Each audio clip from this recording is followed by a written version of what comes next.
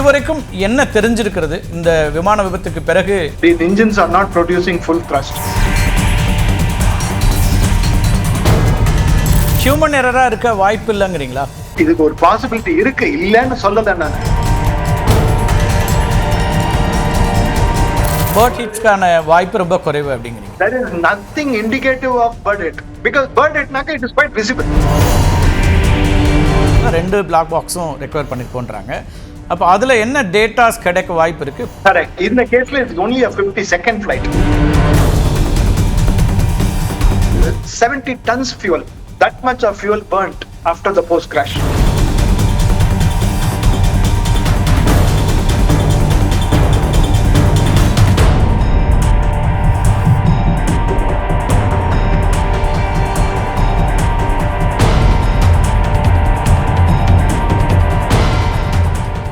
வணக்கம் நண்பர்களே, decode discussion பகுதியில் இன்றைக்கு நம்மோடு இணைய இருக்கக்கூடிய சிறப்பு விருந்தினர் சிவில் ஏவியேஷன் துறையில் 40 ஆண்டு கால அனுபவம் பெற்றவர். ஒரு விமான பயணத்திற்கு முன்னதாகவும் பின்னதாகவும் அந்த விமானத்தினுடைய தொழில்நுட்பத்தை முழுமையாக ஆய்வு செய்யக்கூடிய ஒரு இடத்தில் இருக்கக்கூடியவர். சமீபத்தில் நடந்த ஏர் இந்தியா விமான விபத்தில் என்ன நடந்திருக்கிறது, அதில் சொல்லப்படக்கூடிய பல்வேறு தவறான அல்லது உண்மைக்கு மாறான தகவல்கள் அப்படின்னு வரக்கூடிய சூழலில் ஒரு டெக்னிக்கல் எக்ஸ்பர்ட்டாக அவருடைய பார்வையை நம்ம கேட்க இருக்கிறோம். திரு டி முத்துக்குமார் நம்மோட இணைகிறாரு. சார் வணக்கம். வணக்கம். அகமதாபாத் ஃப்ளைட் கிராஷ் ஆனது தான் நிறைய அது பற்றிய விவாத பொருளாக நடந்துட்டு இருக்குது. இதில் ஒரு தொழில்நுட்ப வல்லுநராக பல விஷயங்களை உங்கள்கிட்ட பேச இருக்கிறேன். அதில் அடிப்படையில் இதுவரைக்கும் என்ன தெரிஞ்சிருக்கிறது இந்த விமான விபத்துக்கு பிறகு? செய்திகள் அடிப்படையில் பார்த்தா 2 பிளாக் பாக்ஸும் ரெக்கவர் பண்ணியிருக்கோம் அப்படின்றாங்க. டேட்டா அனலைஸ் பண்ணிகிட்டு இருக்கோம் அப்படின்னு சொல்கிறாங்க. ஒரு தொழில்நுட்ப வல்லுநராக இதுவரைக்கும் என்னென்ன விஷயங்கள் தெரிய வந்திருக்குங்க சார்? இதில் தொழில்நுட்ப வகையில் பார்த்தீங்கன்னாக்க ஏர்கிராஃப்ட் டேக் ஆஃப் நார்மலாக இருந்திருக்கு சார். டேக் ஆஃப் ஆனதுக்கு அப்புறம் தான் இந்த ப்ராப்ளம் ஸ்டார்ட் ஆகுது. உங்களோட எல்லாம் அது தப்பாக வேண்டியது எல்லாமே தப்பா இருக்கு. ஸோ அதுல இந்த ஏர்கிராஃப்ட் பறக்கிறதுக்கு 2 இன்ஜின் உங்களுக்கு பேசிக். இப்போ 2 இன்ஜினும் அவங்கள பொறுத்த வரைக்கும் அது லாஸ் ஆஃப் த்ரஸ்ட்னு சொல்லுவோம். So the engines are not producing full thrust. So இந்த இன்ஜின் பவர் கொடுக்காதனால the aircraft could not sustain flight. So பறக்க முடியாம ஏர்கிராஃப்ட் வந்துட்டு ஆக்சுவலா அதுக்கப்புறம் கிராஷ் ஆயிருக்கு.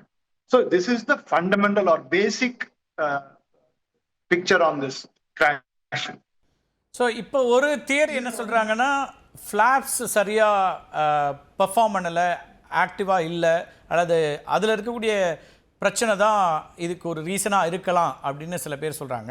அதை எப்படி பார்க்குறீங்க சார்? முதல்ல வந்துட்டு இந்த தியரி தான் இவங்க முதல்ல அவங்க ஃபார்வர்ட் பண்ணாங்க. இங்க ஃபிளாப் ப்ராப்ளம் இருந்ததுனாக்க it is a survivable incident. Number 1, இது ஃபிளாப் உங்களுக்கு ஆச்சுனாங்க it will not lead to a crash. That is number 1.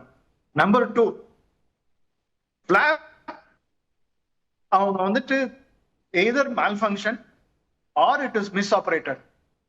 இது 2 தியரியும் முன்னாடி அவங்க ஃபார்வர்ட் பண்ணாங்க. 2 தியரிலையும் வந்துட்டு there is no truth in it because இங்க ஃபிளாப் வந்துட்டு நிறைய டேக் ஆஃப்க்கு ஒரு சர்டன் பொசிஷன் இருக்கு. இந்த டேக் ஆஃப்ல இருந்து நீங்க ஃபிளாப்பை மொத்தமா நீங்க வந்துட்டு 0 பண்ண முடியாது.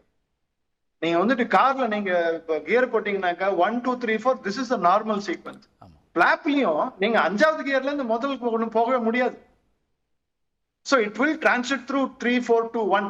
ஸோ ஃபிளாப்பும் இந்த மாதிரி உங்களுக்கு வந்து 5 ஃபிளாப்ஸ் இருந்தாலும் அது 1 அதுக்கப்புறம் தான் 0 ஆகும். இந்த ஃபிளாப் 5ல இருந்து உங்களுக்கு 0 போறதுக்கு முன்னாடி it takes between 2 to 3 seconds. So அதுல வந்துட்டு கரெக்டா ஆப்ரேட் பண்ணலனாக்க பைலட் வுட் ஹவ் ரியலைஸ்ட். எனக்கு நார்மலா என்னன்னாக்க ஒரு பைலட் பறந்துட்டு இருப்பாங்க, இன்னொரு பைலட் வந்துட்டு ஆப்ரேட் பண்ணிருப்பாங்க. That is the copilot. This is the standard. So we call challenge and response. So the pilot take off பண்ண உடனே முதல்ல லேண்டிங் கியரை ரிட்ராக்ட் பண்ணோம். அண்ட் ரெண்டாவது வந்துட்டு so and he will say okay I have got good speed, flaps up. So flaps அப்னா உங்களுக்கு step by step தான் போகும், மொத்தமா போறதுக்கு வாய்ப்பே கிடையாது. அண்ட் ரெண்டாவது இந்த ஏர்கிராஃப்ட்ல வந்துட்டு ஃபிளாப் 5 எனக்கு இந்த நினைக்க பைலட் ஹஸ் யூஸ் 11,000 அடியை வந்துட்டு ரன்வே யூஸ் பண்ணியிருக்காரு. 11,000 அடி அவங்க வந்து ரன்வே யூஸ் பண்ணிட்டு அவங்க டேக் ஆஃப் பண்ணும்போது அவங்க வந்துட்டு they will use a very less flap. அதனால அவங்க வெங்கேந்து நீங்க வெளியில இருந்து பாக்குறவங்களுக்கு நார்மல், தட் இஸ் இன்க்ளூடிங் நாங்க டெக்னிக்கல் பர்சன் கூட உங்களுக்கு வந்து ஃபிளாப் 0வா 5 உங்களுக்கு வந்து அவ்வளவுலாம் கண்டுபிடிக்க முடியாது. சோ அதனால அந்த flap theory for me it is ruled out completely. Technically it is not sustainable அந்த argument. Both that the flap malfunction and the pilot has misoperated the flaps. ரெண்டுமே வந்துட்டு it's a bad theory. Okay. So இது human எரராக இருக்க வாய்ப்பு இல்லைங்கிறீங்களா? Pilot தரப்புலேருந்து அல்லது co pilot இவங்க 2 பேரோட தவறுகளாக இருக்க வாய்ப்பு இல்லைங்கிறீங்களா? சார் நீங்க இந்த வீடியோ பாத்தீங்கன்னாக்க இந்த மொத்த வீடியோ 50 செகண்ட் 50 வினாடிகள். 50 வினாடிகள்ல 36 வினாடிகள் வந்துட்டு ஏர்கிராஃப்ட் பறந்து இருக்கு. From the time take off to the crash 36 வினாடி. அதுல பாத்தீங்கன்னாக்கா 25th செகண்ட்ல வந்துட்டு அவங்க மேல வந்துட்டு கிளைம்ப நிறுத்திட்டாங்க. ஃப்ரம் அவங்க கிளைம் நிறுத்தியதுல இருந்து ஏர்கிராஃப்ட் ஸ்டார்டட் டு உங்களுக்கு வந்துட்டு கீழே இறங்க ஆரம்பிச்சிருக்கு. ஸோ உங்க 26 செகண்ட்ஸ்ல அவங்க வந்துட்டு problem is already reach the maximum. So the பைலட்டுக்கு வந்துட்டு இஎஸ் பிட்வீன் 9ல இருந்து 11 செகண்ட்ஸ்க்கு he has time to correct it. நார்மலா வந்துட்டு நம்ம human response is between 1.5 to 2 second. That is what we are train for. So அதனால வந்தாங்க அவங்க பறந்துட்டே இருப்பாங்க. ஸோ இதுல வந்துட்டு up to 2 second he should have corrected the problem. Assuming he has made the problem. அவங்க வந்து பைலட் ஆபரேஷன் தப்பா பண்ணிட்டாங்கன்னாங்க அதை இம்மீடியட்டா அவங்க ரியலைஸ் பண்ணிருப்பாங்க. ஸோ அதனால வந்துட்டு the human error இதுக்கு ஒரு பாசிபிலிட்டி இருக்கு, இல்லைன்னு சொல்லல நான். பட் த டெக்னிக்கல் இஷ்யூ ஆச்சுனாக்க உங்களுக்கு ஹியூமன் எரர் காம்பவுண்ட் ஆகிறதுக்கு வாய்ப்பு அதிகம். நீங்க வந்துட்டு கார்ல போனா உங்களுக்கு டயர் பிரஷர் டயர் பஸ்ட் ஆச்சுனாக்க நீங்க கிராஷ் பண்ணதுக்கு it is a very good reason. Whereas so that is not called human error. Okay. It is cost. நம்ம ரோட்ல உங்களுக்கு வந்துட்டு சோ வேறஸ் உங்களுக்கு வந்து நல்ல ஏர்கிராஃப்ட் வந்துட்டு கிராஷ் ஆச்சுனாங்க that is human error. So the human error is possible but that might have been led by a technical reason. Okay okay. நீங்க சொன்ன மாதிரி 2 செகண்ட்ல அவர் வந்து ரியலைஸ் பண்ணிருக்க முடியும், அதை சரி பண்ணிருக்க முடியும்ன்றீங்க. பைலட்ஸ் வந்து அதுக்கு ட்ரெயின் ஆயிருப்பாங்க. அதுக்கு தான் அவங்க ட்ரெயின்ட் ரெகுலர்லி. அவங்களுக்கு வந்துட்டு 6 மாசத்துக்கு ஒரு முறை அவங்களுக்கு வந்துட்டு train simulator sex we call proficiency check. இதெல்லாம் வந்துட்டு every 6 months அவங்களுக்கு பண்ணலாம். even though they are flying regularly. எனக்கு அவங்க பறக்கும்போது வந்துட்டு நார்மல் பைலட்டோட பறப்பாங்க. அவங்களோட டெஸ்ட் பண்ணும்போது அவங்க வந்துட்டு எக்ஸாமினரோட பறப்பாங்க. டேக் ஆஃப்ல லாஸ் ஆஃப் லிஃப்டிங்ன்றது ஒரு முக்கியமான ரீசனா இருக்கா? ஃப்ளைட் வந்து மேல லிஃப்ட் பண்றதுல ப்ராப்ளம் வந்திருக்குதா? அப்போ ஏன் லிஃப்ட் பண்ண முடியலன்னு நீங்க பாத்தீங்கன்னாக்க is it because of loss of thrust? Okay. Loss of த்ரஸ்ட்னா 2 இன்ஜினும். சோ இப்போ அவங்களை வந்துட்டு கான்சன்ட்ரேட் பண்றது வந்துட்டு 2 இன்ஜினும் at that point failed. If that failed, pilot has no chance. நீங்க சொல்ற மாதிரி 2 இன்ஜினுமே ஃபெயில் ஆயிருக்கும். அப்படி இல்லைன்னா ஒரு இன்ஜின் வச்சுட்டே கூட அவங்க வந்து சஸ்டெயின் பண்ண முடியும், டிராவலை கண்டினியூ பண்ண முடியும் அப்படிங்கிறத நிறைய எக்ஸ்பர்ட்ஸ் சொல்றாங்க.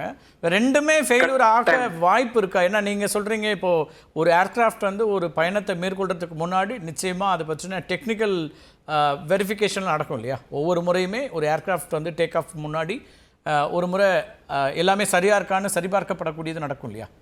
எனக்கு நீங்க பாத்தீங்கன்னா இந்த ஃபிளைட்டே வந்துட்டு முதல்ல டெல்லியில இருந்து அகமதாபாத் வந்துட்டு அகமதாபாத்ல இருந்து இப்போ லண்டன் போயிருப்பாங்க. சோ அதனால வந்துட்டு இந்த முதல்ல ஃபர்ஸ்ட் செக்டர் இருக்கு இல்லையா, அந்த நாளைக்கு அது ஏற்கனவே ஃபர்ஸ்ட் லெக்ல ஏர்கிராஃப்ட் கம்ப்ளீட்டட் த ஃபிளைட். அதுல ஒன்றும் ப்ராப்ளம் ஒன்றும் இல்லை. லேண்டிங் அப்புறம் உங்களுக்கு வந்துட்டு இந்த போஸ்ட் ஃபிளைட் ரிப்போர்ட்னு ஜென்ரேட் ஆகும். அதுலயும் ஒன்றும் டிஃபெக்ட் இல்லை. பைலட் செக் பண்ணும் போதும் ஒன்றும் இல்லை. என்ஜின் ஸ்டார்ட் பண்ணதுக்கு அப்புறம் ஒன்றும் தகராறு இல்லை. டேக் ஆஃப்லயும் ஒன்றும் ப்ராப்ளம் இல்லை. டேக் ஆஃப் ஆனதுக்கு அப்புறம் தான் உங்களோட ப்ராப்ளமே ஆரம்பிச்சிருக்கு. சார் ஏவியேஷன்ல நாங்க ஒரே ஒன்று நாங்க எதையுமே மொத்தமா உறுதியா சொல்ல முடியாது unless we have hard facts. எதுவுமே வந்துட்டு முடியாதுன்னு வந்துட்டு சான்ஸே இல்லை. எனக்கு even after 20 years you find something new.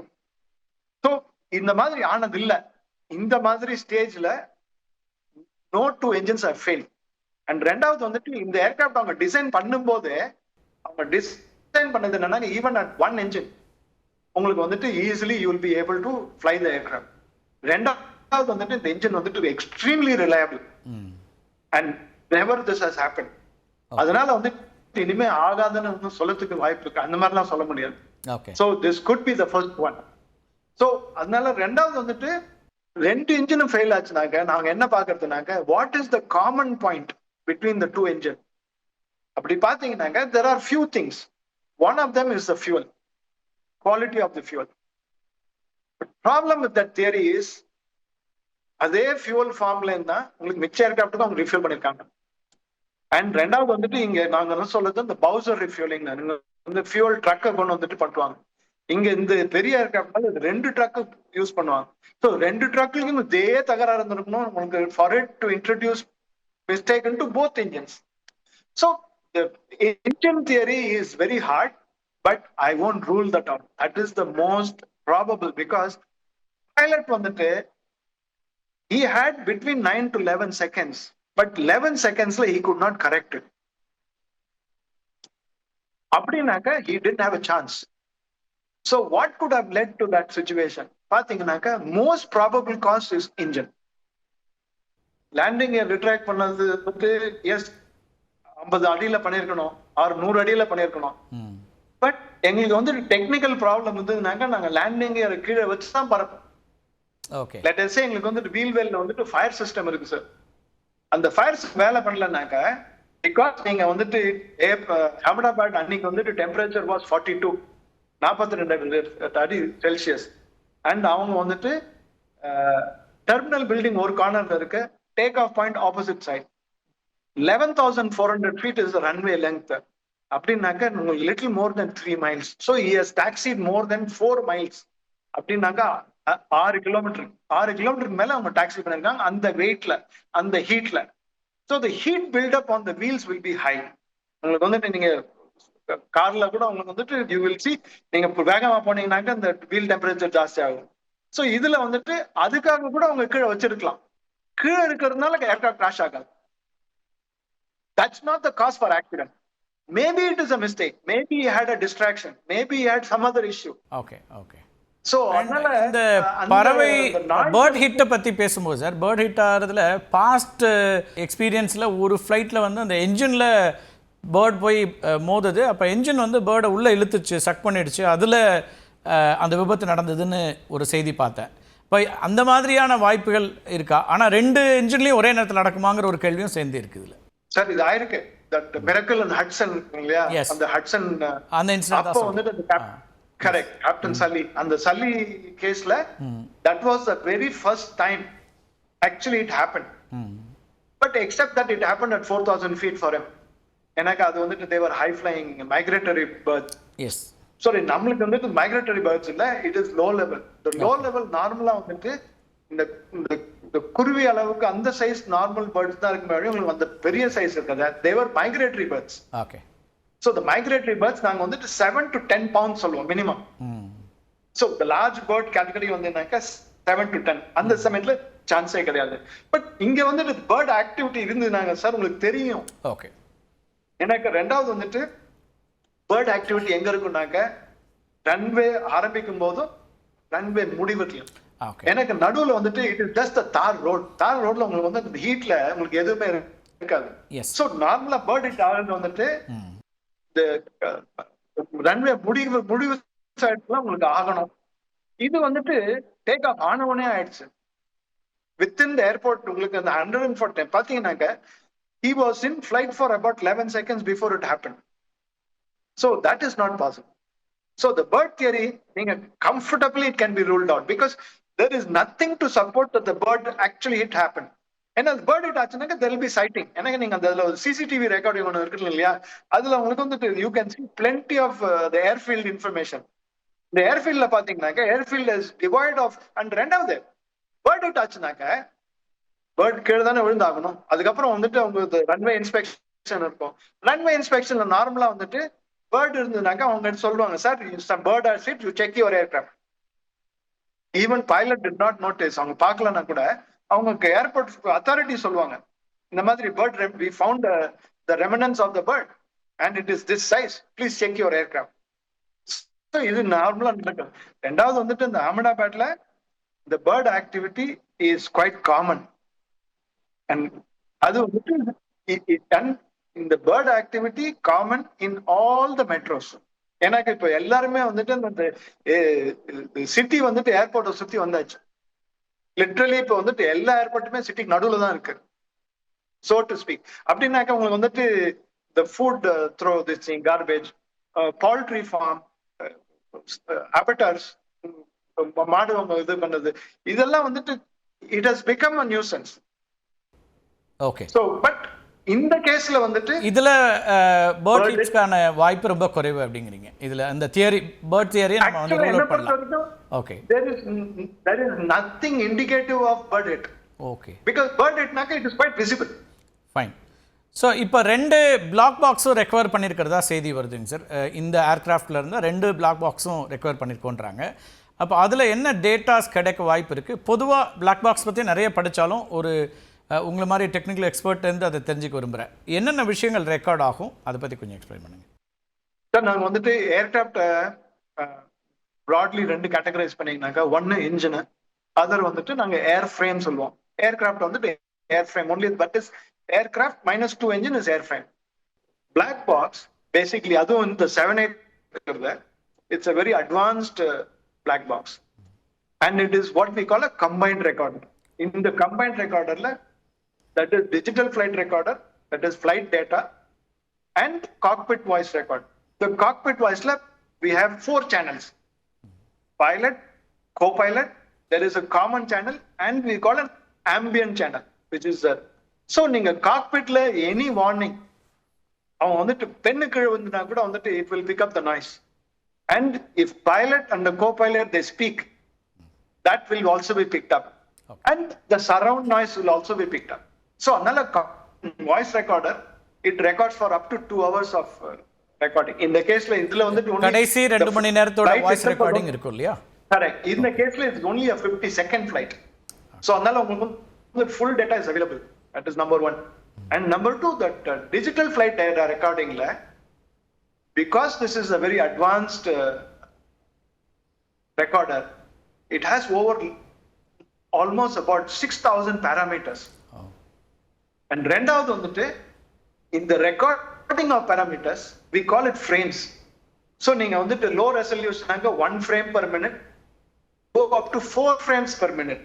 Okay. That is 1 secondல 4 முறை உங்களுக்கு வந்துட்டு ஒரே பாராமீட்டர் ரெக்கார்ட் பண்ணும். ஸோ உங்களுக்கு வந்துட்டு sampling of the data is very accurate. So நீங்க எந்த second, even the less than second ஏதாவது ஆச்சுனாக்கா it will record. So this and 2 recorder இந்த ஏர்கிராஃப்ட்ல வந்துட்டு is a same recorder. So அதனால 1 இருந்தாலே மோர் தென் இனஃப். ப்ராப்ளம், ஐ மீன் இந்த கேஸ்ல வந்துட்டு the tail section is intact. Tail section there is no damage. The rooftop மேல அப்படியே மாட்டிருக்கு. The forward section அந்த பில்டிங்ல இருந்து கீழே விழுந்து அதுக்கப்புறம் there is a post crash fire. இதுல வந்துட்டு நாங்க 70 tons fuel, because Ahmedabad London flightக்கு 70 tons of fuel. That much of fuel burnt after the post crash. The aircraft வந்துட்டு carbon fiber structure. Carbon fiber normally area, because and in the case because of this intense heat, the most of the forward section is it actually வந்துட்டு உங்க வெறும் கரிதா இருக்கு, மச்ச ஒண்ணுமே இல்ல, nothing to recognize it was an aircraft. So the post crash fire was very intense. So that black box should have survived, but on the in the case because there was such an intense heat, it may have got damaged.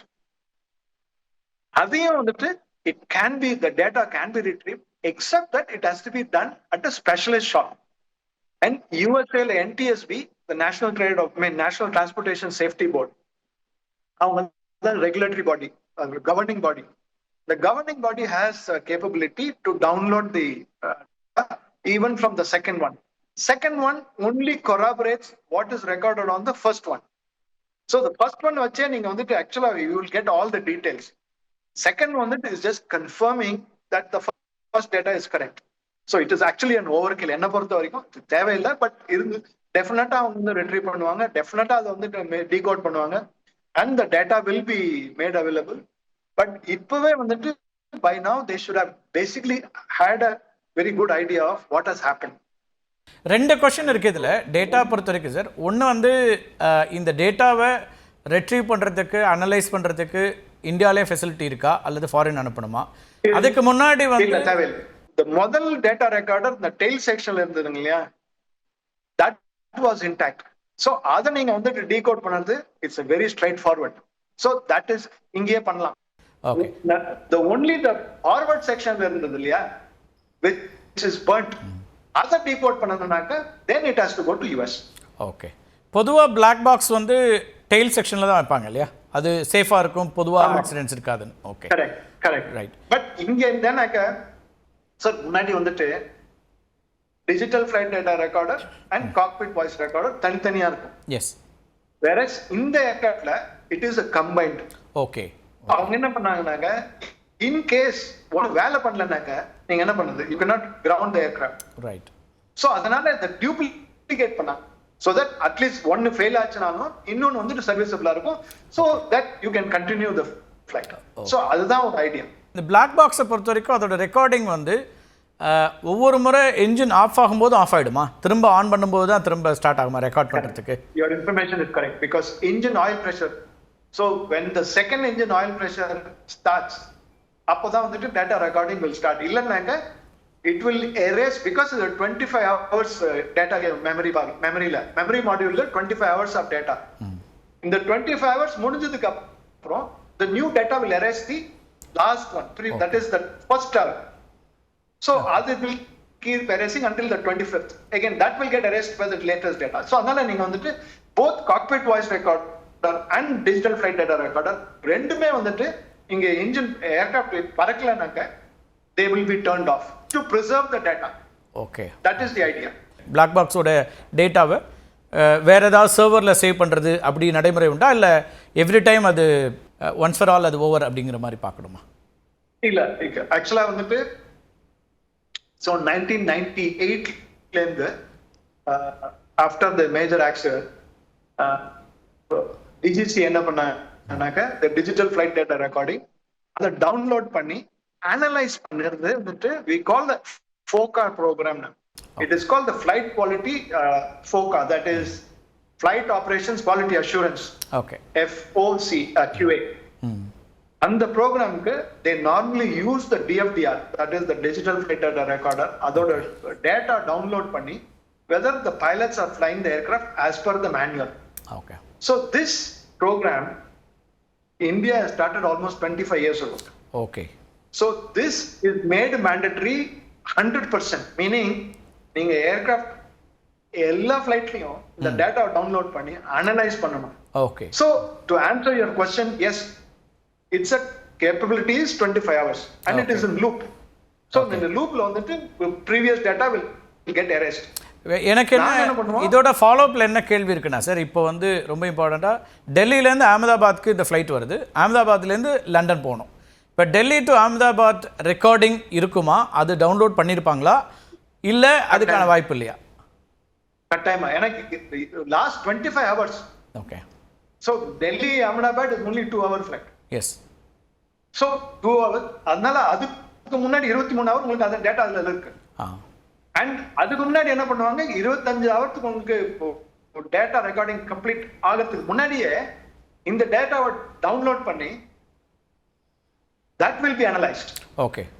So அதனால உங்களுக்கு there is the amount of data that is available is complete in the history. Okay. எனவே இப்போ நம்ம அகமதாபாத்தில் இப்போ require பண்ண டேட்டாவே நிச்சயமாக இருக்கும், ஏன்னா இந்த பிளாக் பாக்ஸில் 25 hours இருக்குங்கும்போது இந்த 2 hours சேர்த்து தான் இருக்கும். ஸோ அந்த அந்த டேட்டாவும் அனலைஸ் பண்ண முடியுன்றீங்க. ஸோ இந்த இந்த அனாலிசிஸில் ஒரு கிளாரிட்டி வர வாய்ப்பு இருக்கா sir? Digital voice recorder and flight data recorder இது ரெண்டு தான் வந்து உங்களுக்கு கன்க்ளூசிவ் எவிடன்ஸ் கொடுக்க முடியும். பொதுவாக எவ்வளோ நாள் ஆகும் சார் இந்த டேட்டா வந்து ரெக்வயர் பண்ணி ரெட்ரீவ் பண்ணி அனலைஸ் பண்ணி ஒரு ஃபர்ஸ்ட் ரிப்போர்ட் கொடுக்கறதுங்கிறது within 30 daysல ஜெனரல் ப்ராக்டிஸாக இருக்கு இல்லையா சார்? இன்ஃபேக்ட் இதில் இந்த கேஸில் வந்துட்டு சின்ஸ் ஏர்கிராஃப்ட் இஸ் மேனுஃபேக்சர்ட் அமெரிக்காவில் மேனுஃபேக்சர் போயிங். ஆமாம். NTSB is also involved, Boeing is involved, NTSB is involved and GE is involved. Even though இதுல வந்துட்டு there is no American soul on board. There were 53 British nationals, then Portugal, Canadian இதெல்லாம் இருக்காங்க, but I don't think there was any American. Yes. But in any case this is an US manufactured aircraft. Okay. US manufactured aircraft la NTSB ஓட அவங்களோட program பிரகாரமா okay 2 வாரத்துல they have to announce the preliminary report. Okay okay.